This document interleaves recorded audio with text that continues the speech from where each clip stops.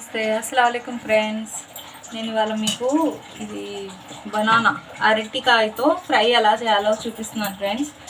చాలామంది ఫ్రై చేయడానికి ఇది స్కిన్ తీసేసిన తర్వాత వాటర్లో వేస్ట్ చేస్తారు కదండి. అలా వేస్తే వాటర్ దీంతో అబ్జర్వ్ చేసుకుని స్టిక్ అవుతాను, మనకి త్వరగా ఫ్రై అవ్వవు. అలా కాకుండా మనం స్పీడ్గా స్కిన్ తీసేసి వాటర్లో నానబెట్టకుండా వెంటనే వాష్ చేసేసి చేస్తే స్టిక్ అవ్వకుండా చక్కగా మనకి కర్రీ పాయింట్స్లో ఎలా దొరుకుతాయో సేమ్ అలాగే ఉంటుందండి. నేను సేమ్ అదే విధంగా ఫ్రై అయ్యేటట్టు మీకు చూపిస్తాను.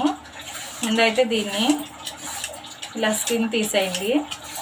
కొంచెం స్పీడ్గా తీసేసి అది కలర్ షేడ్ అవ్వకముందే పీసెస్ చేసేసి తాలింపు వేసేసారనుకోండి ఏమి ఉండదు ప్రాబ్లం దీంతో. ఇలా తీసేసి బియ్యపు నీళ్ళు ఉంటే దాంతో ఒకసారి వాష్ చేస్తే సరిపోతుందండి. దాంట్లో వేసి నానబెడితే మనకి ఏంటంటే స్టిక్ అయిపోయి ముద్దగా వచ్చేస్తుంది ఫ్రై. ఆయిల్ కూడా ఎక్కువ లాగిద్ది. ఇలా చేస్తే మనకి ఆయిల్ ఎక్కువ లాగదు, చక్కగా పొడిగా విడివిడిగా స్టిక్ అవ్వకుండా వస్తుంది. కర్రీ పాయింట్స్లో అలాగే చేస్తారండి. ఇప్పుడు దీన్ని నేను బియ్యపు నీళ్ళతో వాష్ చేస్తాను. వాష్ చేసి కట్ చేద్దాం. ఇదిగోండి నేను వాష్ చేస్తానండి నీట్గా. పక్కన ఆయిల్ పెట్టేశాను. ఇవి కోసేలోపు అవి హీట్ అయిపోతే వెంటనే తాలింపు వేసేస్తే మన కలర్ అనేది ఏమి షేడ్ అవ్వండి. అచ్చం మనకి కర్రీ పాయింట్స్లో ఎలా చేస్తారో సేమ్ అలాగే నేను చేసి చూపిస్తాను. మిస్ చేయకుండా ఫుల్ వీడియో చూడండి ఫ్రెండ్స్. మా ఛానల్ని సబ్స్క్రైబ్ చేసుకోని వాళ్ళు ఇంతవరకు ఎవరంటే సబ్స్క్రైబ్ చేసుకోండి. కొత్తగా చూసేవాళ్ళు లైక్ చేయండి, షేర్ చేయండి, కామెంట్స్ చేయండి. మంచి వీడియోస్ నేను మీకు యూజ్ అయ్యే విధంగా పెడతాను ఫ్రెండ్స్.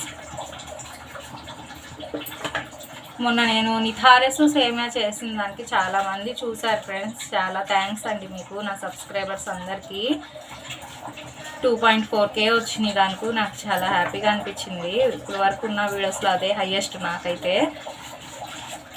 సో అలాగే నన్ను ఎంకరేజ్ చేస్తా ఇంకా మంచి వ్యూస్ పెరిగేలా చేస్తారని నేను అనుకుంటున్నాను.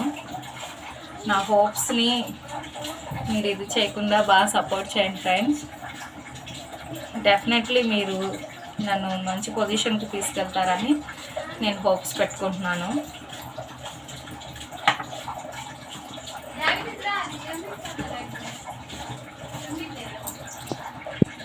ఇదిగోండి ఫ్రెండ్స్, ఆయిల్ హీట్ అయిపోయింది. నేను 2.5 స్పూన్ వేసాను. మరీ ఎక్కువ వేయాల్సిన అవసరం కూడా లేదు ఫ్రైకి. కొంచెం జీలకర్ర,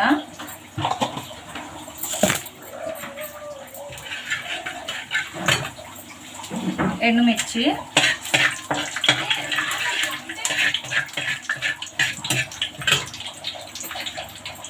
కరివేపాకు,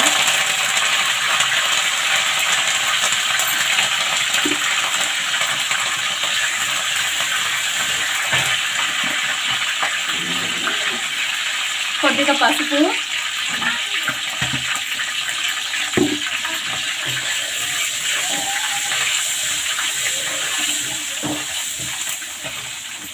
ఇప్పుడు కట్ చేసి పెట్టుకున్న అరటికాయ ముక్కలు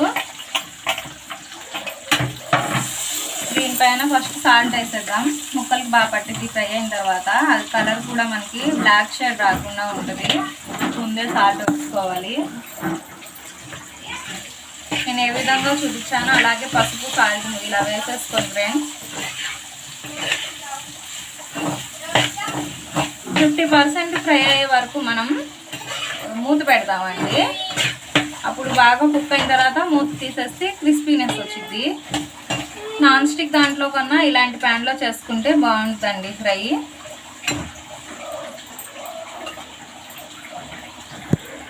నేను మీడియం ఫ్లేమ్లో పెట్టి ఇలాగా ఒక హాఫ్ పెట్టాను మూత. మీరు ఇలాగే పెట్టుకోండి ఫ్రెండ్స్. నేను ఒక 5 మినిట్స్ తర్వాత చూద్దామండి. 5 మినిట్స్ అయింది కదా. ఇప్పుడు నేను సిమ్లో పెట్టేసి మళ్ళీ మూత పెడతాను ఒక 5 మినిట్స్. అప్పుడు ఒక 50% మనకి ఫ్రై అయిపోయినట్టు. చూసారా అసలు ఒకదానికొకటి ఏమి స్టిక్ అవ్వకుండా విడివిడిగా చూడండి. మీరు ఇలాగే చేసుకోండి ఫ్రెండ్స్. మనం ఏంటంటే పీసెస్గా చేసి వాటర్లో పెట్టేసరికి వాటర్ దీనికి అప్లోడ్ చేసేసి ఎక్కువ స్టిక్కీగా అయిపోయింది. అలా ఉండకూడదంటే ఇలా చేసుకోండి ఫ్రెండ్స్, మనకి చాలా బాగుంటుంది. ఒక 5 మినిట్స్ పెడదాం. మూత తీసేసి కూడా ఇంకొక 5 మినిట్స్ బాగా ఫ్రై చేశాను. క్రిస్పీగా అయిపోయినాయి చూడండి. ఇలా ప్రెస్ చేస్తే మనకి ఇలా వచ్చేసింది. ఇలా అంటే కుక్ అయిపోయినాయి బాగా మెత్తగా.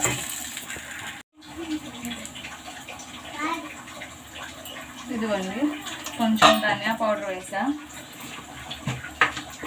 రెడ్ చిల్లీ పౌడర్ ఒక 1/2 స్పూను.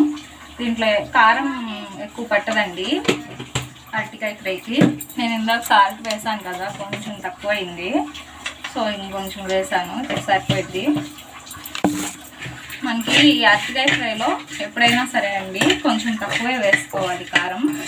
ఎందుకంటే ఇవి బాగా డ్రై రోస్ట్ లాగా ఉంది కదా, ఎక్కువ ముక్కలకి పట్టదు అన్నమాట. ఎక్కువ వేస్తే టేస్ట్ పోయింది. మనకి ఆ అరటిపండు అంటే బనానా ఫ్లేవర్ అనేది తగలాలి, సో ఎక్కువ అవసరం లేదు కారం, మీరు చూసి వేసుకోండి.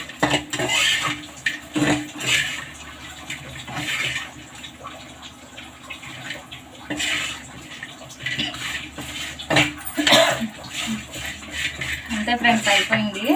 ఎంతో క్రిస్పీ అయినా ఈ ఏమంటారు బనానా ఫ్రై, అరటికాయ ఫ్రై చాలా క్రిస్పీగా టేస్టీగా అయిపోయింది. లైటింగ్ సరిగ్గా లేదు మీకు చూపించడానికి, నేను అయినా తెలుస్తుంది అనుకుంటా ఫ్రెండ్స్. మా ఛానల్ని లైక్ చేయండి, షేర్ చేయండి, సబ్స్క్రైబ్ చేయండి. మరిన్ని వీడియోస్ మీకు ఇలాగా ఈజీ ప్రాసెస్లో చూపించడానికి, ఫ్రైలైనా చట్నీలైనా మా ఛానల్ని ఫాలో అవ్వండి ఫ్రెండ్స్.